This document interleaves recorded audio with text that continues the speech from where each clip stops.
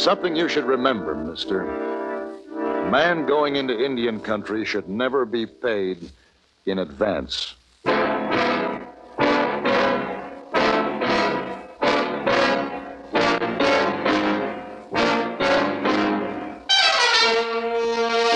Have gun. Will travel. Starring Mr. John Dehner as Paladin. San Francisco, 1875. The Carlton Hotel, headquarters of the man called Paladin.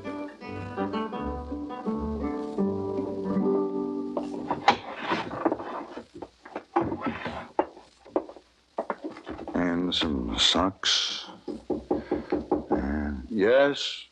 What is it? Mr. Paladin, look. Oh, Miss Wong. You dressed for party. You like? Oh, I certainly do, but why the mask, Miss Wong? A mask. Going to a masquerade party in Chinatown tonight. I taken Hey Boy. Oh, where is he? Oh, big problem with Hey Boy. He going as cowboy. Well, that's no problem. Oh, it's a big problem. He wearing cowboy hat, leather pants, big boots, everything. But what's the problem? Spurs. Oh. Big spurs. Mr. Paladin, please to give Hey Boy information on how to walk with big spurs. All right, send him in. Oh, he got them on now. That can do. Hey Boy hardly can walk. Afraid to try stairs. You come down, please? Yes, of course. I'll come down as soon as I finish packing. Did you take another trip? Yes, another trip. Oh, you traveled so much, Mr. Paladin. Where are you going this time? Up around the Little Bighorn. Oh, Little Bighorn. Well, that's a river, Miss Wong, in Montana Territory. All right, come on. Let's get the Hey Boy untangled from his spurs.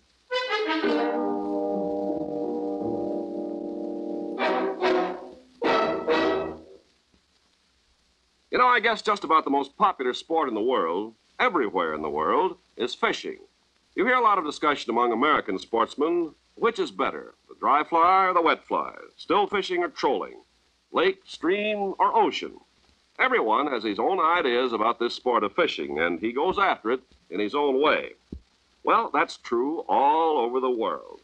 As our servicemen have observed, there are a lot of different ways of catching fish. In Borneo, for example, the natives crush the berries of a certain shrub, and the juice poisons the fish of a river without spoiling them as food. In Africa, South America, and Alaska, the spear or harpoon is used. In Japan, trained birds called cormorants are sent diving down into the water to bring up fish.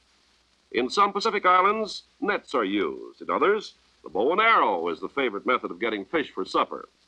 Well, what's true about fishing is true about other customs and traditions around the world. The way of doing things may be different, but the ideals are the same. No one way is right or wrong. It's just what suits the individuals best. These customs are important to the people who follow them, and our servicemen are helping to maintain goodwill by observing the customs of other people in other lands.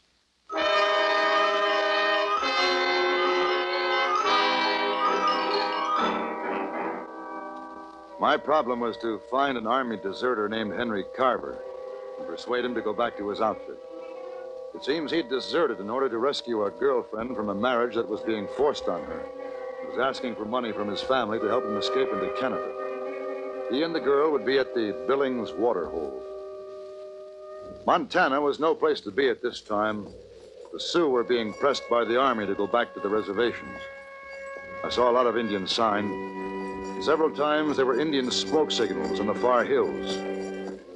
Then I saw the waterhole. But someone saw me first. Hey, don't shoot! Where are you?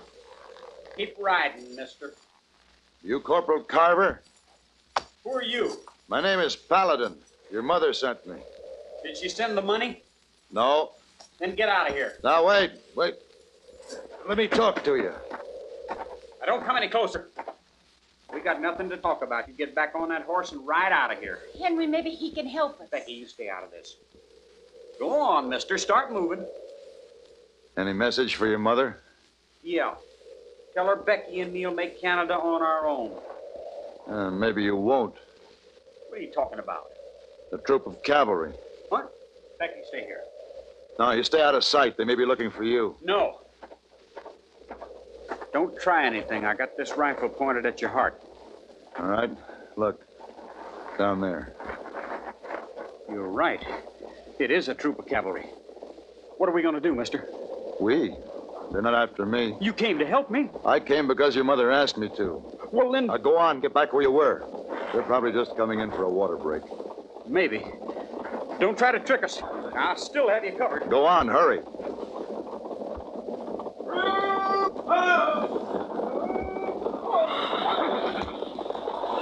right, men. Water your mouths and fill your canteen. Move out for 10 minutes. Stretch.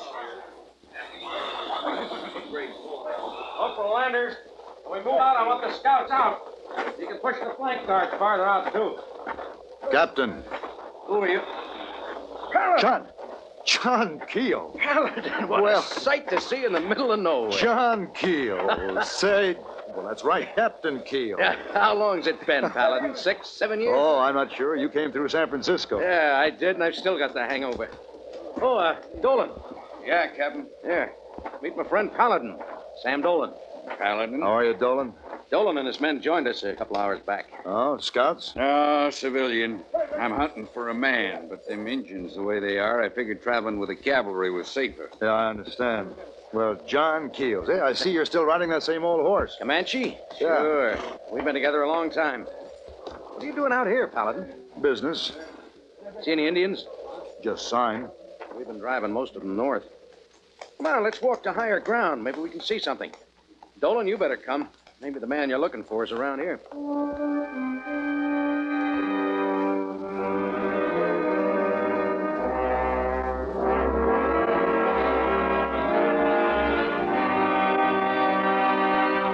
On June 15th, in the year 1215, King John of England met a group of barons on the meadow of Runnymede. There he placed the royal signature upon a charter which means much to us today. The document that King John signed was the Magna Carta. In later years, from its provisions developed our present-day concepts of trial by jury and the right of habeas corpus, concepts which are a vital part of democratic life. Thus, the Magna Carta, written in England almost 750 years ago, became an important source